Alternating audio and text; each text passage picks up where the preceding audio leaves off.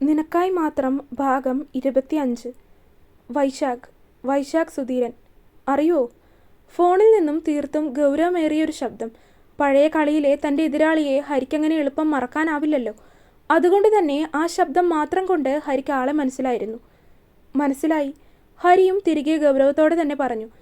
അങ്ങനെയാണെങ്കിൽ ഇപ്പോൾ ഞാൻ എന്തിനാ വിളിച്ചതെന്നും നിനക്ക് മനസ്സിലായി കാണുമല്ലോ. മനസ്സിലായി. നീ ഇപ്പോൾ വിളിച്ചിരിക്കുന്നത് വൈഗയെ സംബന്ധിച്ചുള്ള കാര്യം പറയാനാണ് അല്ലേ?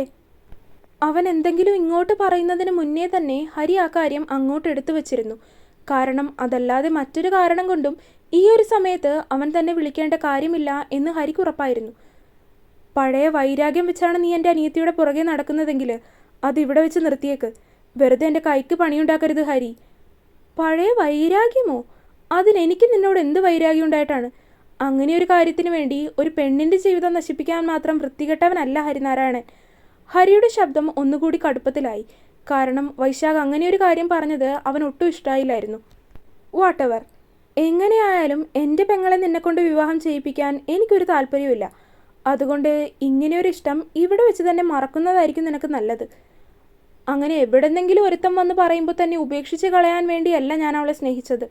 ഇന്നും ഇന്നലെയും അവളെ സ്നേഹിച്ചു തുടങ്ങിയതുമല്ല. ഇനി ഇതിൽ കൂടുതൽ എന്തെങ്കിലും അറിയണമെന്നുണ്ടെങ്കിൽ അവളോട് ചോദിച്ചാൽ മതി. അവൾ എന്നെ വേണ്ടെന്ന് പറയുവാണെങ്കിൽ ഈ ബന്ധത്തിൽ നിന്ന് ആരും പറയാതെ തന്നെ ഞാൻ പിന്തിരിയാം. പക്ഷേ വൈഗ എൻ്റെ മുഖത്ത് നോക്കി എന്നെ ഇഷ്ടമല്ലെന്നും എന്നെ വിവാഹം കഴിക്കാൻ താല്പര്യമില്ല എന്നും പറയണം. കൂടുതൽ സംസാരത്തിന് ഇട കൊടുക്കാതെ ഹരി ആ സംസാരം ഒഴിവാക്കാനായി ഉള്ള കാര്യം തുറന്നു പറയുക തന്നെ ചെയ്തു. അവൻ അങ്ങനെ പറഞ്ഞതും മറുവശത്തുള്ള ഫോൺ അപ്പോൾ തന്നെ കട്ടാകുന്നത് അവൻ കേട്ടിരുന്നു. വൈശാഖിൻ്റെ ഒരു ഫോൺ കോൾ കൊണ്ട് തന്നെ എന്തായിരിക്കും അവളുടെ വീട്ടിലെ പ്രശ്നം എന്നുള്ളതിന് ഹരിക്ക് ഏകദേശം ഒരു ധാരണ കിട്ടി. അതുകൊണ്ട് തന്നെ പിന്നീട് ഇനി അവളുടെ വീട്ടിലേക്ക് പോകേണ്ട ആവശ്യമില്ല എന്നവന് തോന്നി. 2 ദിവസമായിട്ട് അവൾ തന്നെ വിളിക്കാത്തതിനുള്ള കാരണവും അവൻ അതിൽ നിന്ന് തന്നെ മനസ്സിലായിരുന്നു. വീണ്ടും തിരികെ വീട്ടിൽ അകത്തേക്ക് കയറി അവൻ ഫോൺ എടുത്ത് ഒന്നുകൂടി വൈഗയെ വിളിച്ചു നോക്കി. കുറച്ചു സമയം കൂടി അവൾ തിരിച്ചു വിളിക്കുമോ എന്ന് കാത്തിരുന്നു. എന്നിട്ടും അവൾ തിരിച്ചു വിളിക്കുന്നില്ല എങ്കിൽ നേരെ വീട്ടിലേക്ക് പോകും. മനസ്സിൽ അങ്ങനെയൊരു തീരുമാനം അവൻ ഉറപ്പിച്ചെടുത്തു.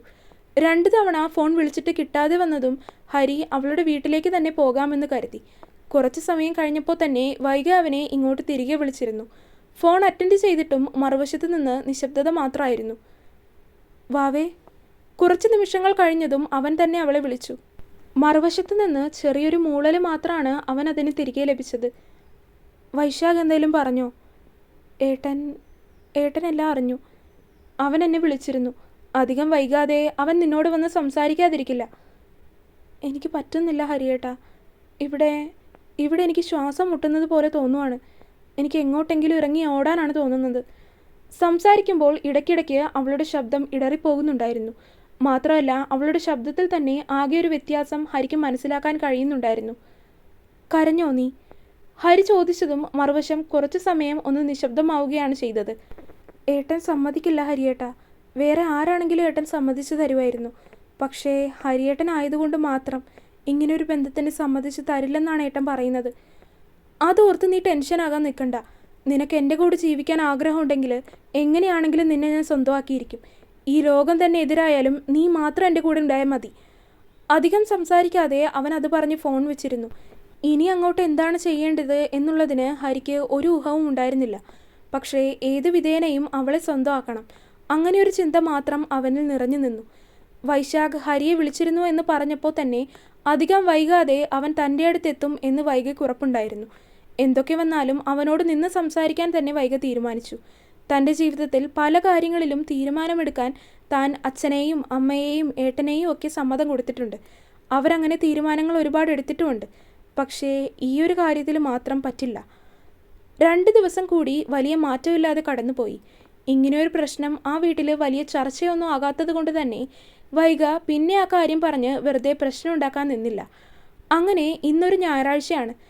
ഇന്നലെ ഹരിയുടെ കയ്യിലെ പ്ലാസ്റ്ററൊക്കെ എടുത്തു എന്നവൻ വിളിച്ച് പറഞ്ഞിരുന്നു. പ്ലാസ്റ്ററൊക്കെ വെറുതെ ആയിരുന്നു. അവൻ ആ കൈ കൊണ്ട് ചെയ്യാത്ത കാര്യങ്ങളില്ല. വണ്ടി വരെ ഓടിച്ചിട്ടുണ്ട്. അങ്ങനെയുള്ളപ്പോൾ കൈ ശരിയായി കാണില്ല എന്നാണ് വൈഗ കരുതിയത്. പക്ഷേ അതൊക്കെ ആയിട്ടുണ്ട്. രാവിലെ തന്നെ വീട്ടിൽ അമ്മയും ജോലിക്കാരും ഒക്കെ ചേർന്ന് ക്ലീൻ ചെയ്യുന്നതും അടുക്കളയിൽ എന്തൊക്കെയോ തട്ടലും മുട്ടലും ഒക്കെ വൈഗ ശ്രദ്ധിച്ചിരുന്നു. എന്താ അമ്മ ഇവിടെ? കുറച്ചു കഴിഞ്ഞതും ഇത് നിൽക്കുന്നില്ല എന്നായതും വൈഗ അടുക്കളയിൽ വന്ന് അമ്മയോട് കാര്യം തിരക്കി. നീ വേഗം പോയൊന്ന് കുളിക്ക്, എന്നിട്ട് പറയാം. അമ്മ പറഞ്ഞതും ഇനി വല്ല അമ്പലത്തിലേക്കും പോകാനായിരിക്കുമെന്ന് കരുതി വൈഗ വേഗം പോയി കുളിച്ചു. സാധാരണ ഇങ്ങനെ ഞായറാഴ്ച ദിവസങ്ങളിൽ ഒരു അമ്പല ദർശനമൊക്കെ ഉണ്ടാവാറുണ്ട്. അടുത്തുള്ള അമ്പലത്തിലൊന്നും ആയിരിക്കില്ല, ദൂരെയുള്ള അമ്പലമൊക്കെ ആയിരിക്കും. അങ്ങനെ അമ്പലത്തിലേക്കാവുന്ന കരുതി വൈഗ വേഗം പോയി കുളിച്ചു. താഴേക്ക് വന്നപ്പോൾ അച്ഛനും അമ്മയും കൂടി നിന്ന് എന്തോ സംസാരിക്കുന്നുണ്ട്. വൈഗയ്ക്ക് പിന്നിലായി തന്നെ വൈശാഖും നടന്നു വരുന്നുണ്ട്. എന്താ അമ്മേ കാര്യം? ഇനി എന്തായാലും നമുക്ക് മോളോട് പറയാം, അല്ലേ സുധിയേട്ടാ? അമ്മ സന്തോഷത്തോടെ ചോദിച്ചപ്പോൾ സുധീരനും അത് പുഞ്ചിരിയോടെ കേട്ട് തലയാട്ടി. വൈകിയാണെങ്കിൽ ഒന്നും മനസ്സിലാകാതെ എന്താണ് കാര്യമെന്ന രീതിയിൽ രണ്ടുപേരെയും മാറി മാറി നോക്കി. അന്ന് മോളോട് പറഞ്ഞില്ലേ കാർത്തികേയ പണിക്കരുടെ മോനായിട്ട് വിവാഹം ചെയ്യുന്ന കാര്യം? അവരെല്ലാവരും കൂടി ഇന്ന് മോളെ കാണാൻ വരുവാണ്. ഒരു നിമിഷം കേട്ടത് സത്യമാകരുതേ എന്ന് ചിന്തിച്ചു പോയി വൈഗ. അവളുടെ മുഖം ഞെട്ടലോടെ അച്ഛൻ്റെ നേർക്ക് തിരിഞ്ഞു. എന്തിനാ ഇങ്ങനെയൊക്കെ? എന്നോടൊന്നും പറയാതെ. അവളുടെ തൊണ്ടക്കുഴിയിൽ നിന്ന് വാക്കുകൾ പുറത്തേക്ക് വരുന്നുണ്ടായിരുന്നില്ല. എന്താണ് ചോദിക്കേണ്ടത്, എന്താണ് പറയേണ്ടത്, എന്ത് ചെയ്യണമെന്നറിയാതെ ഒരവസ്ഥയിൽ പെട്ടുപോയതുപോലെ തോന്നി അവൾക്ക്. അവൾ മുഖമുയർത്തി നോക്കിയപ്പോൾ എല്ലാവരുടെയും മുഖത്ത് നിറഞ്ഞ സന്തോഷമാണ്. അവളുടെ നോട്ടം അത് കഴിഞ്ഞപ്പോൾ നേരെ ചെന്ന് നിന്നത് വൈശാഖിൻ്റെ നേർക്കാണ്. അവിടെ അവൻ്റെ മുഖത്ത് എന്തോ വിജയം നേടിയ പോലുള്ളൊരു മുഖഭാവം. അന്ന് ഈ കാര്യം പറഞ്ഞപ്പോൾ മോളതിനെതിരായിട്ടൊന്നും പറഞ്ഞില്ലല്ലോ. നമുക്ക് ഈ ബന്ധം അങ്ങോട്ട് ഉറപ്പിക്കാം. അച്ഛൻ വളരെ താല്പര്യത്തോടെയും ലാഘവത്തോടെയും പറയുന്നത് കേട്ടതും ഉള്ളിൽ തീ ആളുന്നത് പോലെയാണ് വൈഗയ്ക്ക് തോന്നിയത്. അച്ഛനോട് ഇല്ല, ഇങ്ങനൊരു വിവാഹം നടക്കില്ല എന്ന് എതിർത്ത് പറയണമെന്നുണ്ട്. പക്ഷേ അതിനുള്ള ധൈര്യം ഇപ്പോഴും തനിക്കില്ല. അല്ലെങ്കിൽ അങ്ങനെ പറയാൻ തന്നെക്കൊണ്ടാവുന്നില്ല എന്നും പറയാം. അവളുടെ ഉള്ളിലേക്ക് പെട്ടെന്ന് ഹരിയുടെ മുഖമാണ് കടന്നു വന്നത്. ഇപ്പോൾ ഇത്ര വേഗം ഇങ്ങനെയൊരു തീരുമാനം അച്ഛൻ എടുത്തിട്ടുണ്ടെങ്കിൽ അതിൻ്റെ പ്രധാന കാരണം ഏട്ടനായിരിക്കും എന്നവൾക്ക് ഉറപ്പായിരുന്നു. അതോർത്തതും ഉള്ളിൽ സങ്കടം തിങ്ങി നിറയുന്നുണ്ടെങ്കിലും അവൾ കണ്ണുകൾ ഉയർത്തി വൈശാഖിനെ ദേഷ്യത്തോടെ ഒന്ന് നോക്കി. ഇന്ന് വരെ അവനോട് തോന്നാത്തത്രയും ദേഷ്യം അവൾക്ക് ആ നിമിഷം അവനോട് തോന്നിപ്പോയി. എല്ലാവരും അവരവരുടെ തിരക്കിലേക്ക് തിരിഞ്ഞു. അവളെ ഒന്ന് നോക്കിക്കൊണ്ട് വൈശാഖും പുറത്തേക്ക് ഇറങ്ങിപ്പോയി. ഇനിയും ഇങ്ങനെയായാൽ ശരിയാകില്ല എന്ന് തോന്നി അവൾ നേരെ മുകളിലേക്ക് കയറി. അവൾ മുകളിലേക്ക് കയറി പോകുന്നത് കണ്ടതും അത് കാത്തിരുന്നത് പോലെ വൈശാഖും അവളുടെ പിറകെ കയറി. ഹരിനാരായണനെ വിളിക്കാൻ പോവായിരിക്കും അല്ലേ? വൈഗ മുറിയിലേക്ക് കയറി ഫോൺ കയ്യിലെടുത്തതും പിന്നിൽ നിന്ന് വൈശാഖിൻ്റെ ശബ്ദം. അത് കേട്ടതും ഭാവഭേദമൊന്നുമില്ലാതെ അവൾ അവനെ ഒന്ന് ഇരുത്തി നോക്കി. വിളിച്ചോളൂ. അവനെ വിളിക്കുന്നതിൽ ഞാൻ നിന്നെ തടയാൻ വന്നതല്ല. പക്ഷേ എന്തെങ്കിലും ചെയ്യുന്നതിന് മുൻപ് ഒരു കാര്യം ഓർക്കണം. പാപജാതകമാണ് നിൻ്റേത്. അങ്ങനെയുള്ള ജാതകം കൊണ്ട് പാപജാതകം അല്ലാത്തൊരുവരെ വിവാഹം ചെയ്താൽ ആ ബന്ധം അധികം നാൾ നീണ്ടു നിൽക്കില്ല.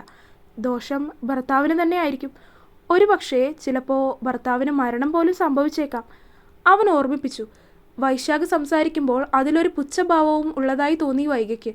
നിമിഷം നേരം കൊണ്ട് അവളുടെ ചിന്തകൾ പല വഴികളിലേക്ക് തിരിഞ്ഞു. ഇങ്ങനെയൊരു കാര്യം താൻ മറന്നുപോയിരിക്കുന്നു. പാപജാതകം. അതെ, തനിക്കുള്ളത് പാപജാതകമാണ്. ഹരിയേട്ടൻ ഇനി അങ്ങനെ അല്ലെങ്കിലോ? അങ്ങനെയൊരു കാര്യം താൻ ചിന്തിച്ചതേയില്ല. അപ്പോൾ മോൾ എന്തെങ്കിലുമൊക്കെ തീരുമാനിക്കുന്നതിന് മുൻപ് ഇതൊക്കെ കൂടെ ഒന്ന് ആലോചിക്കുന്നത് നല്ലതാണ്. അത് പറഞ്ഞ് വീണ്ടും അധിക നേരത്തെ സംസാരത്തിന് നിൽക്കാതെ വൈശാഖ് നേരെ പുറത്തേക്ക് പോയിരുന്നു. തളർച്ചയോടെയും വൈഗ ബെഡിലേക്ക് ഇരുന്ന് പോയി. എന്ത് ചെയ്യണം എന്നൊരെത്തും പിടിയും കിട്ടാതിരിക്കുന്ന ഒരവസ്ഥ. എത്ര ആലോചിച്ചിട്ടും എന്ത് തീരുമാനമെടുക്കണം എന്ന് മനസ്സിലാകുന്നില്ല.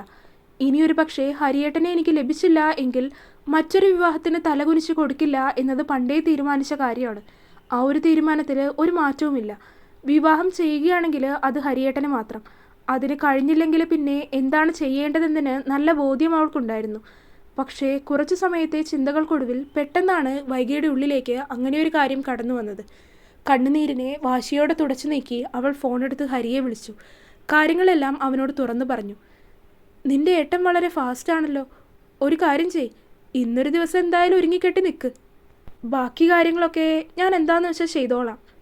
ആവശ്യമില്ലാത്ത പ്രശ്നങ്ങളിലേക്കൊന്നും പോവല്ലേ ഹരിയേട്ടാ? ഇല്ല, ഈ പ്രശ്നങ്ങളൊക്കെ എനിക്ക് ആവശ്യമുള്ളത് തന്നെയാണ്. അത് പറഞ്ഞ് ഹരി ഫോൺ കട്ട് ചെയ്തിരുന്നു. വൈഗയുടെ കോള് കട്ടായി ഉടനെ തന്നെ മംഗലത്ത് തറവാടിൻ്റെ ഗേറ്റ് കടന്ന് ഹരിയുടെ കാർ ശരവേഗത്തിൽ പുറത്തേക്ക് കുതിച്ചു. 12 മണിയാകുമ്പോഴേക്കും അവർ വരാമെന്ന് പറഞ്ഞതാണല്ലോ, എന്നിട്ട് ഇതുവരെ എത്തിയില്ലല്ലോ. സുധീരൻ വീടിൻ്റെ വാതിൽക്കൽ തന്നെ അവരെ കാത്തു നിൽക്കുകയാണ്. കൂടെ തന്നെ ശ്യാമയും വൈശാഖും നിൽക്കുന്നുണ്ട്. മോൾ ഒരുങ്ങിക്കഴിഞ്ഞില്ലേ? കുറച്ചു കഴിഞ്ഞതും വൈകിയെ അവിടെ ഒന്നും കാണാതെ വന്നതും സുധീരൻ ശ്യാമയോട് തിരക്കി. വാവേ, ദാ വരുന്നമ്മേ എന്ന് പറഞ്ഞ് വൈഗ മുകളിൽ നിന്ന് പടികൾ ഓടിയിറങ്ങി. ഒരു നിമിഷം എല്ലാവരുടെയും നോട്ടം അവളുടെ നേർക്കായി. നല്ല സുന്ദരിയായി ഒരുങ്ങി പുഞ്ചിരിയോടെ ഓടിയിറങ്ങി വരുന്ന വൈഗയെ കണ്ടതും സുധീറിൻ്റെയും ശ്യാമയുടെയും മുഖത്ത് സന്തോഷത്തിൻ്റെ പുഞ്ചിരി വിരിഞ്ഞു. പക്ഷേ വൈശാഖിൻ്റെ മുഖത്ത് സംശയമായിരുന്നു. അവൻ വൈഗയെ തന്നെ ഒന്ന് സൂക്ഷിച്ചു നോക്കി. അവരെത്തിയില്ല അമ്മേ? ഇല്ല, 12 മണിക്ക് വരുമെന്നാണ് പറഞ്ഞത്. പക്ഷെ കാണുന്നില്ല. വിളിച്ചിട്ടാണെങ്കിൽ ഫോൺ എടുക്കുന്നുമില്ല. ചിലപ്പോൾ വല്ല ബ്ലോക്ക് കിട്ടിക്കാണും അമ്മേ. വൈഗ ഉമ്മറത്തെ അരമതിലിൽ കയറി ഇരുന്നു കൊണ്ട് അവരോടായി പറഞ്ഞു. ഞാനെങ്കിലും ഒന്ന് പോയി എന്തെങ്കിലും കഴിക്കട്ടെ. എന്താണെന്നറിയില്ല, വല്ലാത്ത വിശപ്പ്. കുറച്ചു കഴിഞ്ഞതും വൈഗ അങ്ങനെ പറഞ്ഞ് അകത്തേക്ക് പോയി ഒരു ആപ്പിൾ എടുത്തുകൊണ്ട് വന്ന് അരമതിലിരുന്ന് കഴിച്ചു തുടങ്ങി. വൈശാഖ് അവളുടെ ഈ പ്രവൃത്തികളെല്ലാം സംശയത്തോടെ നോക്കിയിരിക്കുകയാണ്. വൈഗ പിന്നെ അതൊന്നും മൈൻഡ് ചെയ്യാതെ കൂളായിട്ട് ആപ്പിൾ കഴിക്കുന്ന തിരക്കിലായിരുന്നു. കുറച്ചു സമയം കഴിഞ്ഞപ്പോൾ തന്നെ അവളുടെ ഫോണിലേക്ക് ഒരു കോള് വന്നു. ആവേശത്തോടെ അവൾ അതെടുത്തു. എല്ലാവരുടെയും നോട്ടം അവളുടെ നേർക്കായി. തുടരും. അപ്പോൾ വീഡിയോ കണ്ടവരെല്ലാവരും വീഡിയോ ലൈക്ക് ചെയ്യുക. നിങ്ങളുടെ അഭിപ്രായങ്ങൾ എന്തായാലും അത് കമൻറ്റായിട്ട് അറിയിക്കുക. ചാനൽ സബ്സ്ക്രൈബ് ചെയ്യാത്തവരുണ്ടെങ്കിൽ സബ്സ്ക്രൈബ് ചെയ്യുക. അടുത്ത പാർട്ടായിട്ട് നാളെ വരാം. ബൈ.